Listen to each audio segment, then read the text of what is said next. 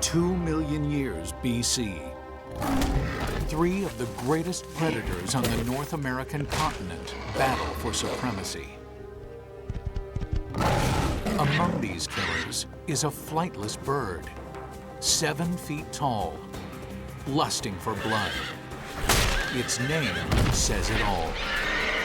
Meet the terror bird. Now, a monster comes back to life. Inside a laboratory, we'll recreate the mechanics of a killing. It's like having a really sharp spike at the end of a hammer. The slicing and dicing, crunching and munching. This is a terror bird. And it is a mega beast.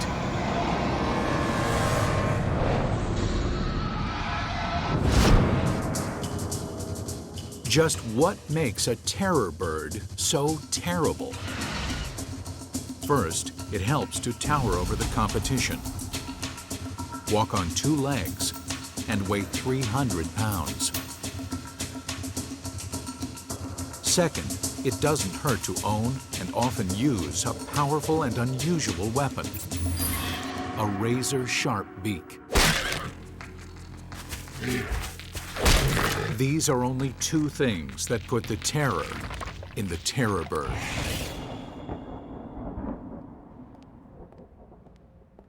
I think it's a name that obviously captures our perception of these animals as vicious, like serial killers.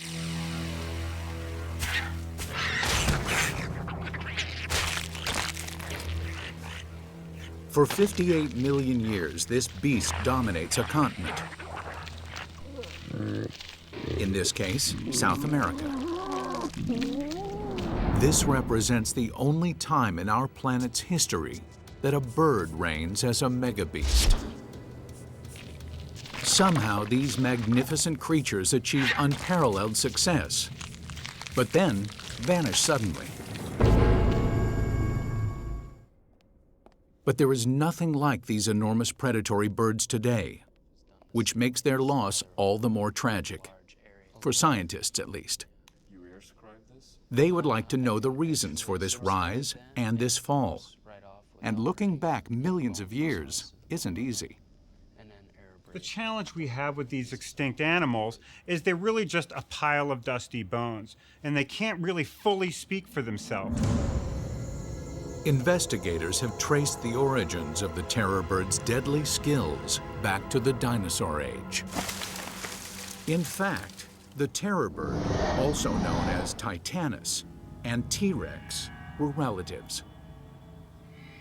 These animals were evolved from dinosaurs. They have dinosaurs in their heritage, and sort of that whole predatory lifestyle is sort of built into their DNA. Like T-Rex, the terror bird stalked its prey standing upright. There are undoubtedly similarities there. They had very powerful legs, and also they had sharp and powerful claws at the end of their toes. And like T-Rex, the bird dispatched its victims by using its massive head as a weapon. What you can see here is a beak that ends in a very sharp hook. And if you look at the top portion of the skull, you will find areas for the attachment of huge muscles that allowed to strike with huge power. Experts know the bird flourished after the epoch of the dinosaurs ended, and before the truly modern mammals emerged.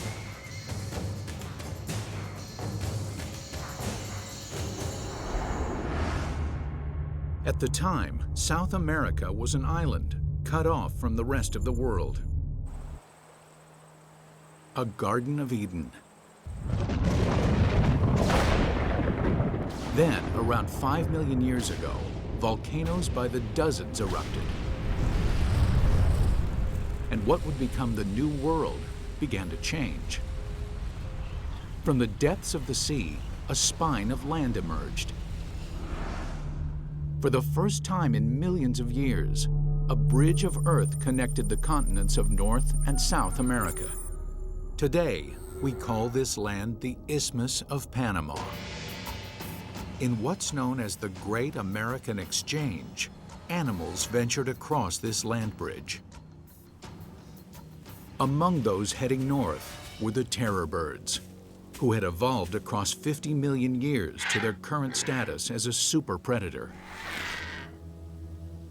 After a migration that lasted several thousand years, the birds arrived in their new habitat, a range that extended all the way to what is now Florida. Here they found abundant prey.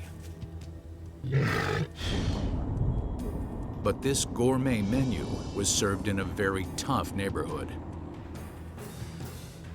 The terror bird had unwittingly entered the territory of two equally strong and determined rivals: wily saber-toothed cats and relentless wolves.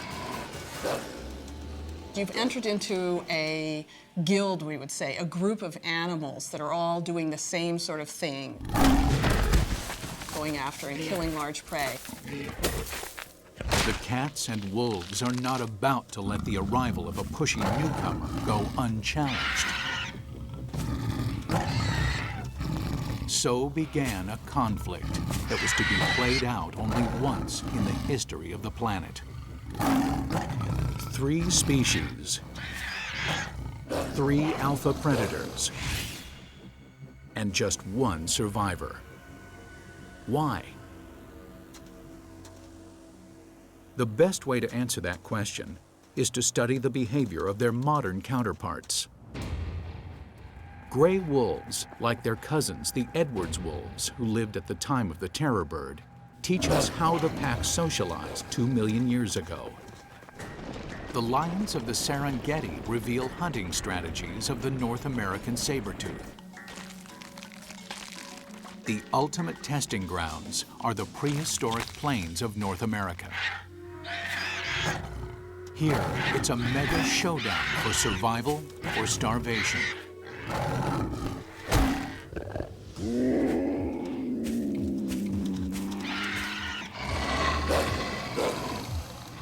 In the end, only one mega beast will come out on top. And we know who won. The question is, why?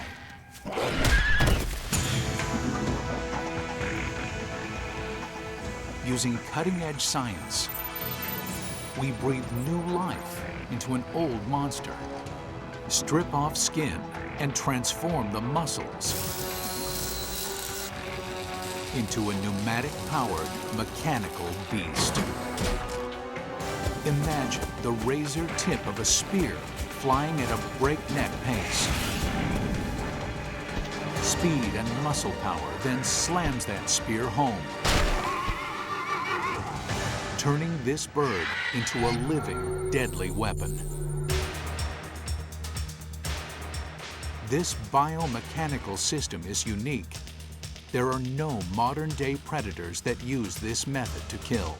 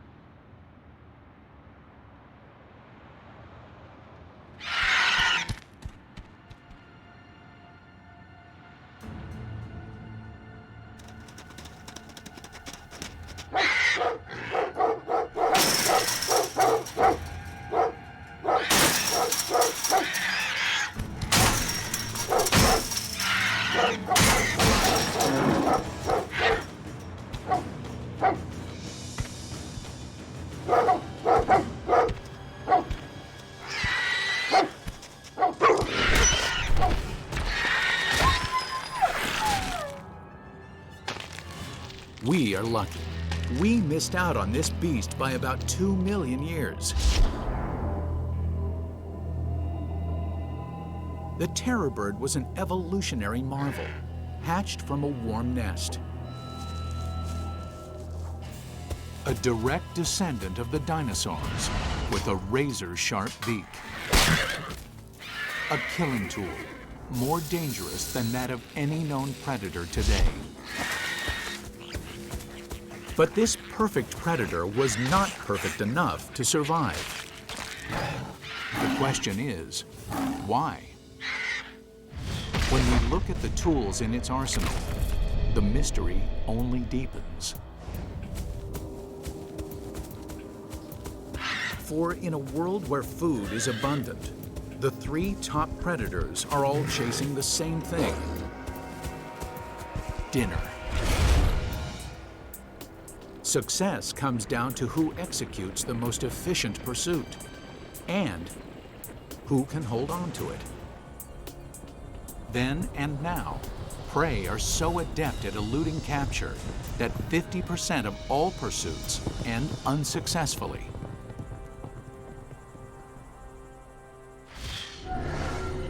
Some predators, like wolves, rely on their ability to sustain a long chase.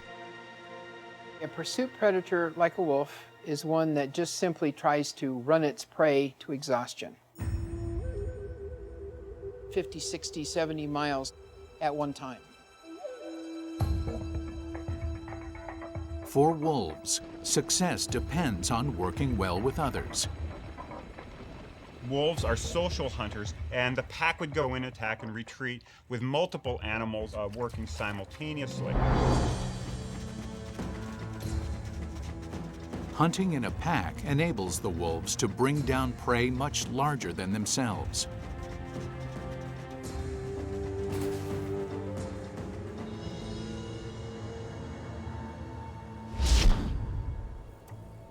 Unlike wolves, big cats don't depend on stamina. They rely on stealth to ambush their prey. They seek out a location where other animals tend to congregate, like a watering hole. The cat would come to the pond, lake, whatever, and conceal himself or herself in the grass nearby and simply wait extremely patiently, as we know cats can do.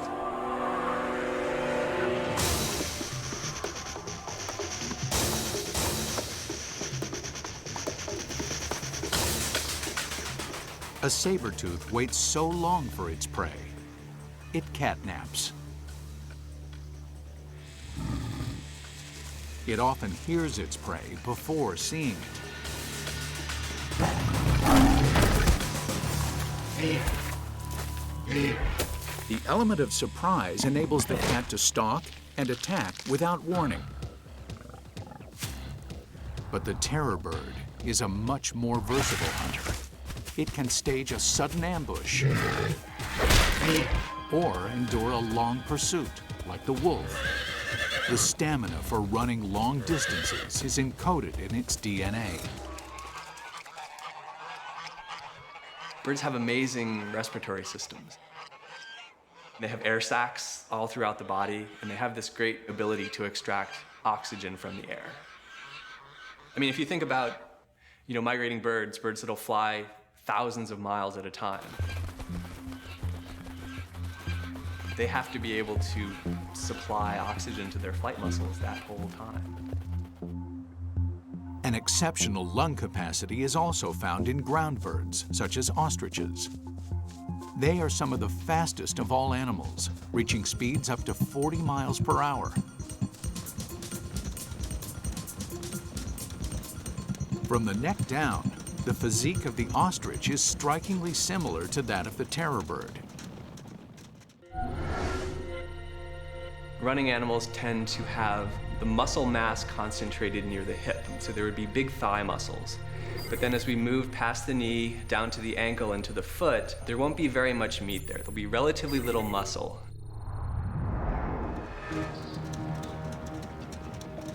But ostriches are not predators. Their heads are small, weighing less than 1 pound. The head of a terror bird weighs more than 20 pounds. And what is attached to that head is the final X factor that made the terror bird such an effective killer. Now, for the first time in 2 million years, a terror bird will come back to life.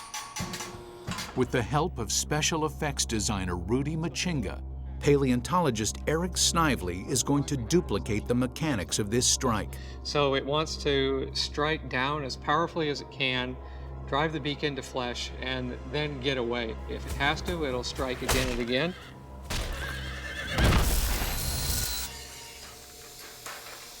From his work with modern raptors, Eric knows the point where the shoulder muscles originate and where they insert at the base of the skull. They are going to replace these muscles with pneumatic pistons We just need to hook up an air compressor and we can get this going. and measure the force of a killing blow. North America, 2 million years ago. A master predator is about to strut its stuff. This creature is a keen-eyed giant bird with killer instincts. It's a solitary hunter. The slightest movement propels the bird into action. One of the most important things for any kind of a predator is motion. It's almost a hardwired trigger that when something moves, you chase it. How a predator tracks prey is crucial information for understanding an extinct beast. But for the terror bird, this information is hard to come by. Unlike wolves or saber-tooths, terror birds have no immediate modern-day counterparts. Their closest living relatives are 1/100th of their size, raptors. This is why paleontologist Eric Snively studies these small yet powerful birds. They're really my chosen subjects for examining evolution and behavior and hunting in large predatory birds of the past. One of Eric's subjects is the hawk. Hawks can see a wider spectrum of color than humans can. Also, they have a much higher density of light-gathering cells on their retinas, so they can see a finer discrimination of movement. A hawk spots its prey long before its unwitting victim realizes it. Once the hawk dives, it's able to stay focused on its target, no matter how fast-moving. Could a terror bird also watch like a hawk? Larry Whitmer, professor of anatomy at Ohio University, has a way of getting inside a terror bird's head.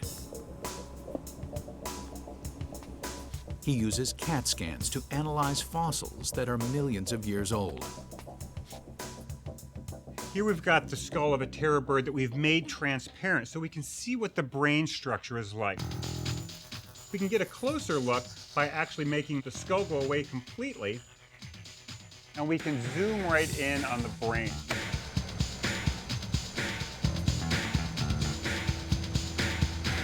Okay, now we're into the eye socket. The CT scan generates an image of the soft tissues that were once encased in bone. Great, this is perfect. We can now view what the brain was like. We can see where blood vessels and nerves went. By being able to view the brain, that allows us to have a glimpse into what the behavior and the capability of these animals actually were. Although a terror bird's brain is bigger, its structure is the same as that of a hawk. There's a part of the brain located right here called the optic lobes, where visual information is processed.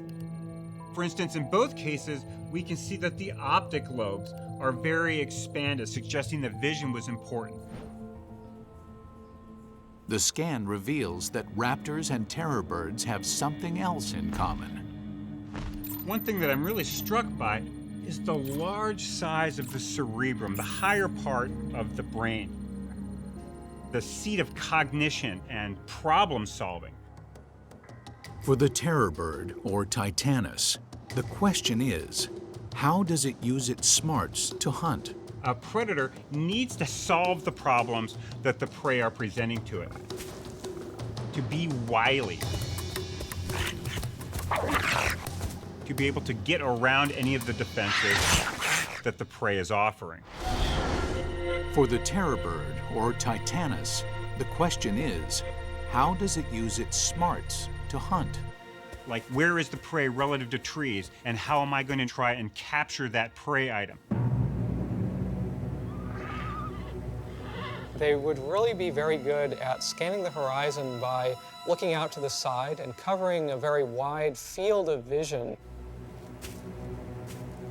This would have enabled Titanus to give itself a bit of an edge over the prey. But Titanus has another advantage. The hearing organ in these animals would have given them greater sensitivity to low-frequency sounds.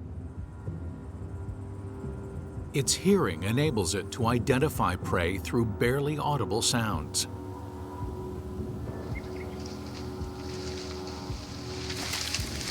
Kinds of sounds that actually transmit through forested and rough habitats.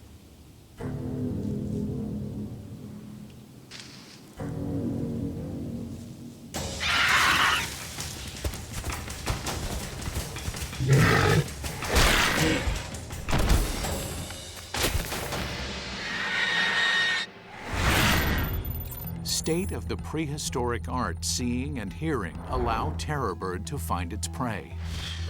But the ability to chase it down is crucial. Imagine running for your life with one of these behind you.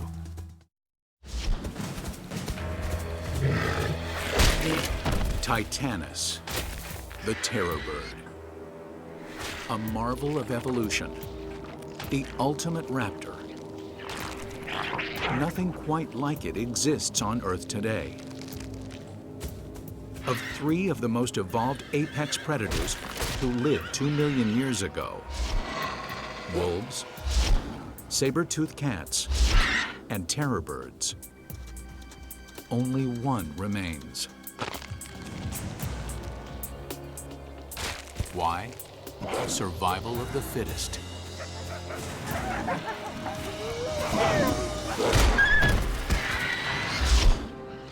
Wolves pursue a prey animal by targeting the weakest part of its anatomy. There's a big tendon that runs down the back part of the leg. They try to bite through that tendon, which it basically stops the animal can't run anymore.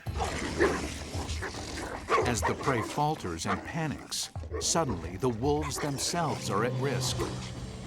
So now you're going to stick your nose and your teeth into this thrashing, kicking mass of prey animal. It'd be like sticking your face in a fan. The wolves fall on the victim, inflicting shallow wounds, causing the prey animal to bleed out. Death is slow. In contrast, a saber-toothed cat was able to quickly overpower its prey.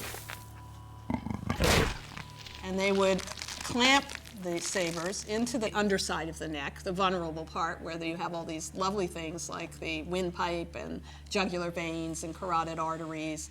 And then they would pull their skull downwards. At the same time, they would pull their jaw upwards and then pull backwards, taking out that entire fold of neck and the associated structures with it. Both wolves and saber-tooths developed highly efficient methods for killing. But neither could match the bird's ability to deliver a mega blow.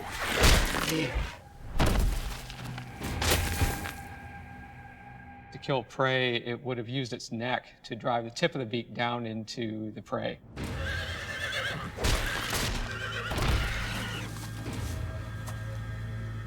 It's like having a really sharp spike at the end of a hammer. Think of it that way. Yeah. In all likelihood, the terror bird, or Titanus, strikes with a motion similar to that used by a modern-day raptor. With the raptors I work with, the impact really is at the tip. But a flying raptor has the advantage of starting its attack from hundreds of feet up in the air. And then when they see prey, they'll fold up their wings, flap their wings to dive in very quickly at the prey. When a hawk dives, it reaches a velocity of 128 miles per hour. By the time it strikes its victim, the force is tremendous. Could a flightless bird achieve the same strike force from ground level?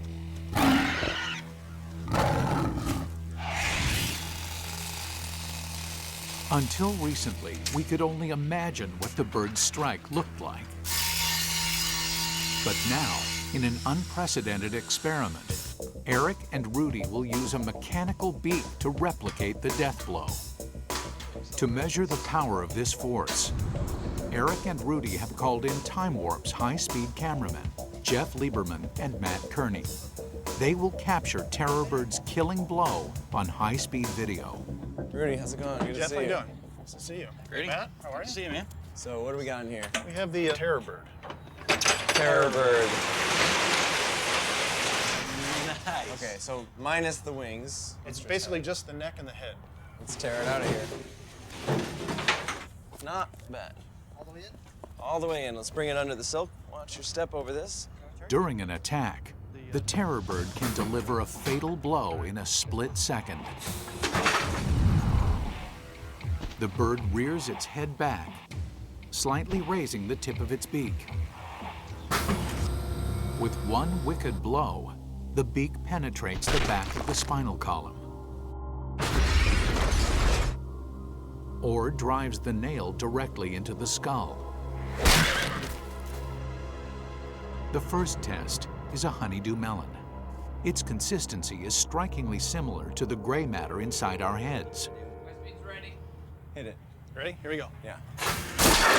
Oh! Nice. Wow. All right, well. Let's take a look. All right, this is about 30 times slower than normal, so Okay. should be able to see everything. Going. Here we go. Wow. Yeah, that's awesome. This is like absolutely no challenge for this thing. All right, so it was attacking skulls normally? Yeah, it would also strike rib cages. It was running along its prey and whatever, wherever it could strike to bring its dinner down to the ground. Brains are protected by bone. But how would bone hold up under attack? Got it? And now, Terror Bird beak meets skull. I'm gonna step back a little for skull Yeah, why don't we just shrapnel. get out of here? Collateral This thing's damage. gonna fly. Okay. Ready when you are. Ready to trigger. All right, hit it, Rudy. Ah, it worked. Goodbye. I mean, Not even for then, the cow. the stand didn't even stop it. Nothing stopped it. Your hard stop in the robot actually stopped it. You know, we're talking about fingernail, which is like keratin of a fingernail, which is amazingly strong, just like bone, but able to be sharpened over time and regrow. It's a super powerful weapon. Definitely a fatal blow. Definitely a fatal blow every time. It's an amazing thing they went extinct in the first place with that kind of action. One of the Terror Bird's methods of killing has just been recreated. Shards of bone, like shrapnel, are driven into the soft brain tissue. The other thing is, you know, if you're watching this from land, this guy's moving 30 miles an hour, his beak moves 30 miles an hour, that's 60 miles an hour relative to ground where this thing is hitting something. So if you're hitting an object that's not moving directly away from you, that impact's much stronger than it is even here.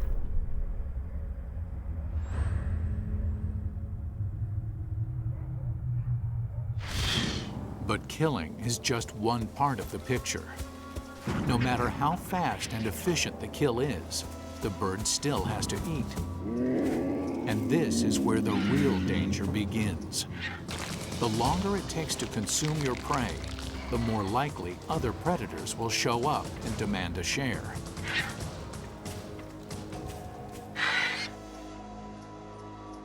This being the case, the jaws and teeth of carnivores are perfectly designed to rip apart flesh, like the rival saber-tooth.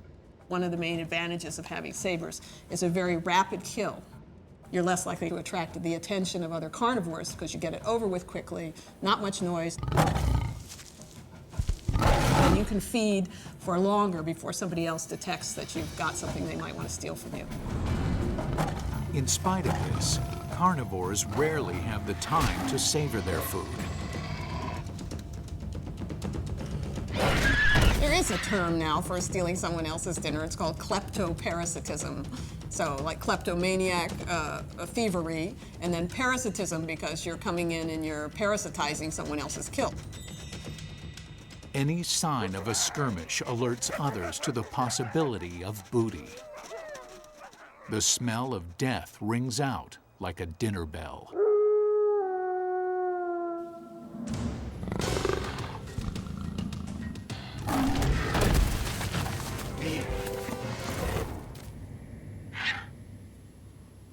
In spite of their stealthy nature, cats have a hard time hiding from a hungry bird.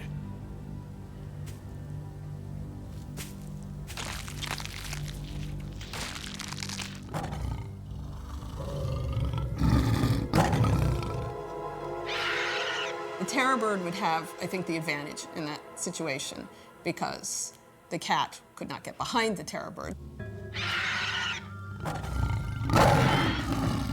So the terror bird would approach and probably attempt to threaten the saber-tooth.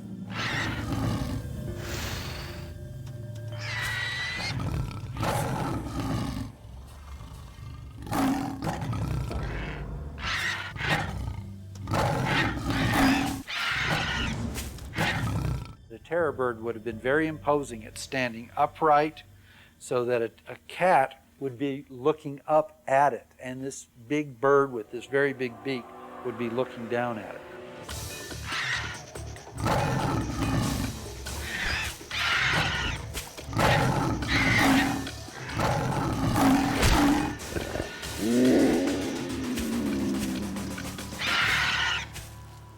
The loss of a hard-won dinner is devastating for any predator. Wolves so fear losing their kill, they wolf it down. Within 20 minutes, a pack can easily turn a deer into a heap of bones. They have what we call a carnassial pair of teeth, which work like scissors. They just cut meat. And they come together like shears.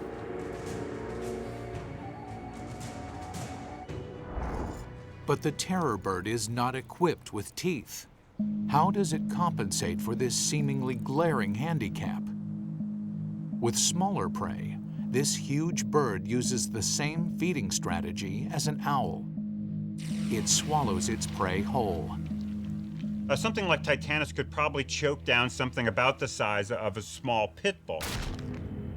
Actually get it down its throat. Swallowing a pit bull-sized rodent would be the ultimate act of stealth. The rodent may even be alive as the bird's powerful neck muscles crush it. Death would occur silently, deep inside the throat. But when the bird feasts on a larger animal, it must consume it without teeth.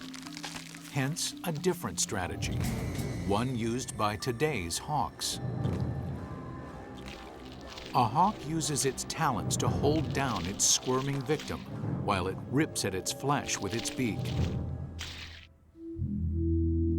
Like the hawk, a terror bird needs an efficient way to dismember flesh. It has not only this nail in front for cutting off pieces of meat, but it actually has a cutting surface all the way around the sides of the beak for slicing off very specific sizes of meat for then being able to swallow them.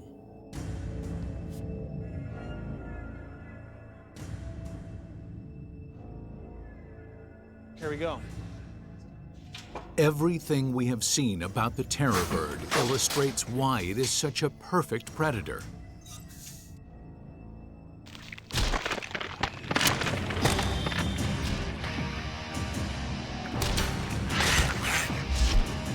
Its hunting skills, tracking ability, killing power, and appetite were state of the evolutionary art. But then, it vanished.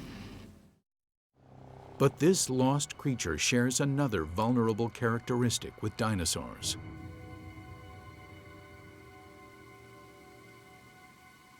It lays its eggs on the ground. Terror birds probably did not have much of a social organization other than male and female. You do have to keep in mind the fact that they laid eggs and the eggs had to be incubated.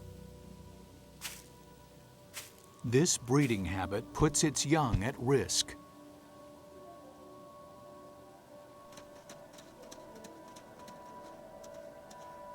A nest on the ground is a beacon for scrounging carnivores.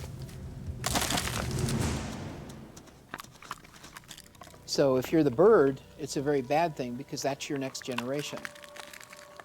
And if you're the wolf, it's a very good thing because it's very tasty. Wolves, being more social, could better protect their offspring.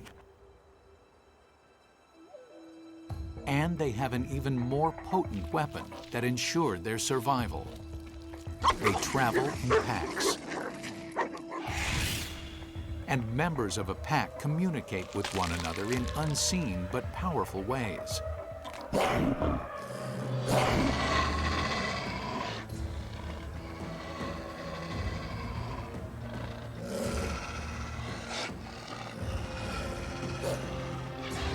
As a solitary hunter, the bird has no choice but to stand its ground.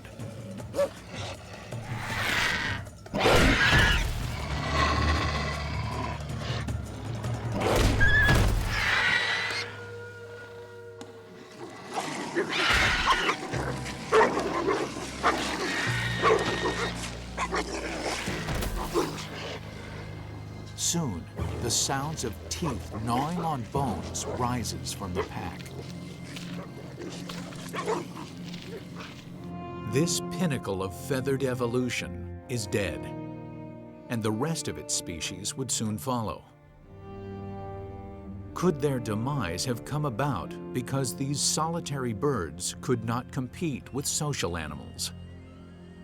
Can we say that wolves as mammals are inherently better and more adaptable than terror birds? Maybe they were more competitive and did a better job of capturing and killing prey because of their social behavior than terror birds were. In spite of keen vision, an amazing lung capacity, a neck designed to deliver a hammer blow, and a razor-sharp beak, this megabeast disappears.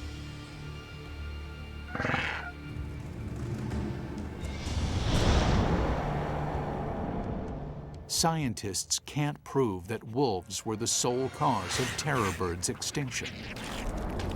They point to climate change and the disappearance of an adequate food source as other key factors. However, wolves and for a while saber-toothed cats outlasted the terror bird. But then the saber-tooth joined the terror bird in extinction. Soon afterwards, the wolf's time on top ended. For with the disappearance of this megabird, a niche is opened for the next bipedal predator. It will take over 1 million years before one will step forward to fill the void. This time, it is one eminently capable of social behavior and hunting in packs. Today, the deadliest creature that walks on 2 legs does not have feathers.